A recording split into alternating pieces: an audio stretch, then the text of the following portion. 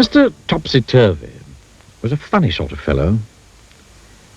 Everything about him was either upside down or inside out, back to front, topsy-turvy, in fact. It was all very extraordinary. To give you some idea of how topsy-turvy Mr. Topsy-Turvy was, you ought to see his house. The front door is upside down to start with, and the curtains hang upside down at the windows. And just look at that chimney pot. All very extraordinary. Inside is the same. Just look at that clock standing on Mr. Topsy-Turvy's mantelpiece. Isn't that the topsy-turviest clock you've ever seen? And just look at the way Mr. Topsy-Turvy reads a book.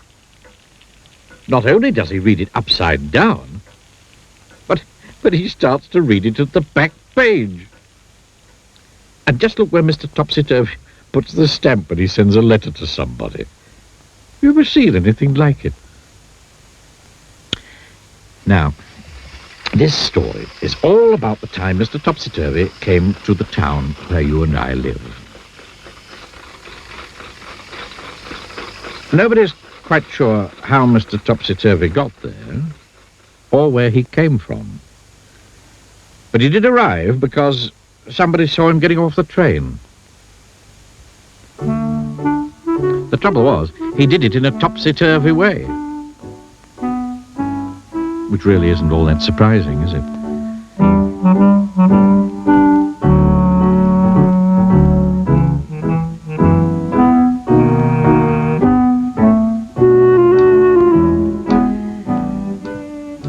Mr. Topsy-Turvy went to a hotel to find a room to spend the night.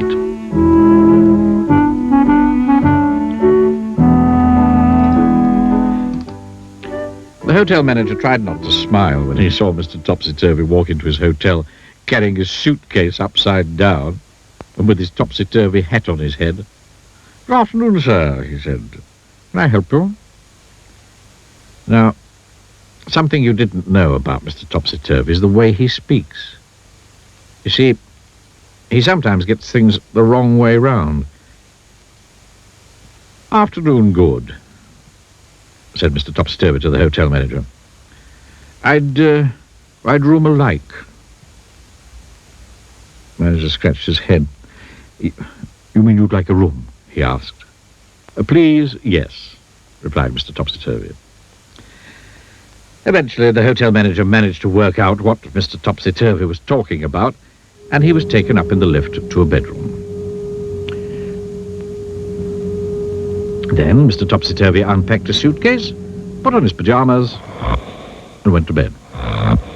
He was rather tired after travelling from wherever he'd come from. The following day, Mr. Topsy-Turvy went round the town. But what a fuss his going round the town caused. He took a taxi from the hotel, but so confused the taxi driver trying to tell him where he wanted to go, the poor man drove straight into a traffic light. "Oh, dear," said Mr. Topsy-Turvy. "I am sorry, very." Then he went into a big department store in the middle of the town. Walked up to one of the counters. "I'd like a sock of pears," he said to the lady behind the counter. "You mean a pair of socks?" she smiled, and showed him a pair of bright red socks.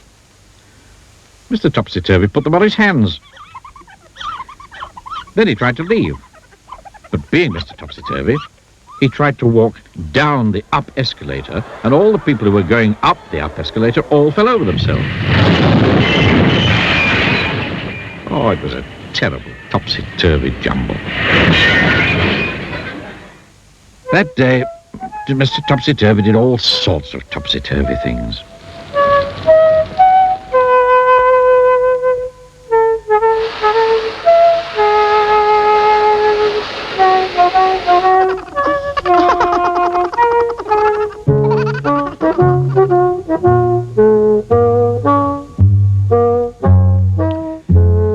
Then he went to an art gallery and insisted on hanging all the pictures upside down so that he could look at them properly. And then, after Mr. Topsy-Turvy had been in the town for just one day, he disappeared. Nobody knew how he went or where he went, but he certainly went because he wasn't there anymore.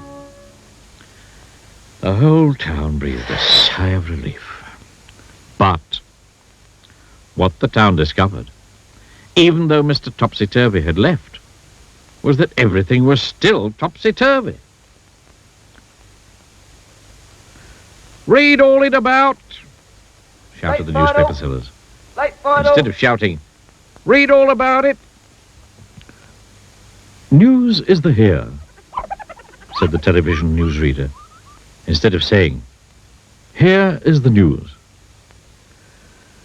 "Morning good," people started saying to each other when they met him. "Do you how?" instead of "How do you do?" Everybody was talking topsy-turvy. Now, can you think of something to say that's topsy-turvy? Try on, go. I mean, go on, try.